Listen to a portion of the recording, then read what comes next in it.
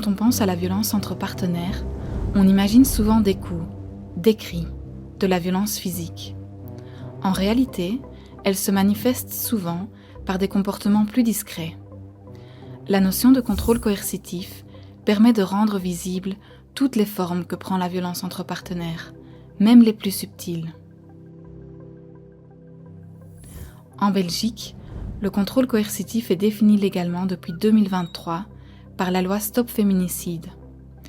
Il désigne une série de stratégies utilisées par une personne pour prendre le contrôle de son ou sa partenaire ou ex-partenaire. Il s'agit d'une prise de contrôle insidieuse et progressive. Ce ne sont pas des actes de violence isolés, mais un ensemble de comportements répétés et liés entre eux qui vont isoler et priver la victime de liberté. Dans contrôle coercitif, on entend contrôle et coercition. C'est parce que le partenaire ou ex-partenaire peut avoir des comportements dits coercitifs et ou contrôlants. La coercition utilise la force et des menaces pour blesser ou effrayer la victime. Le contrôle, en revanche, est plus subtil. Il cherche à isoler la victime, à exploiter ses ressources ou à réguler son comportement au quotidien. Autrement dit, le contrôle coercitif n'inclut pas toujours de la violence physique ou verbale. Détecter le contrôle coercitif peut donc être difficile, car certains comportements peuvent sembler banals.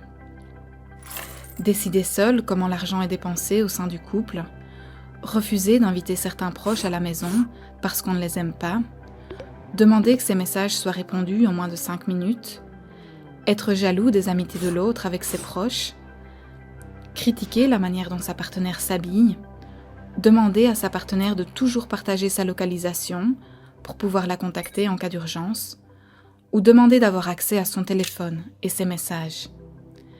Ces comportements ne sont pas toujours problématiques, mais lorsqu'un partenaire les impose au quotidien, cela peut être du contrôle coercitif. Les victimes de contrôle coercitif sont majoritairement des femmes et leurs enfants.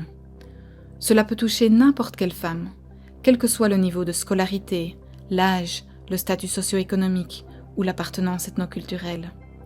Mais certains facteurs peuvent rendre plus difficile la recherche d'aide ou être utilisés par le partenaire violent pour renforcer leur contrôle. Lors d'une séparation, le contrôle coercitif peut s'intensifier.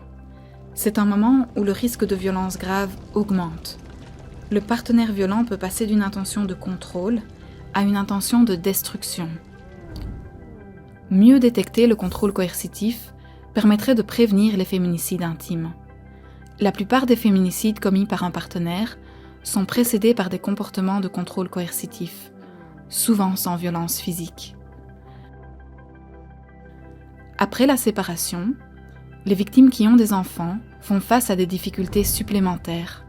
L'ex-partenaire violent peut utiliser les contacts avec les enfants pour maintenir un contrôle sur la victime. La notion de contrôle coercitif change notre regard. Elle donne une vision plus large des violences entre partenaires. Elle nous montre que ces violences ne sont pas seulement des actes physiques, mais aussi des stratégies répétées et discrètes pour contrôler l'autre.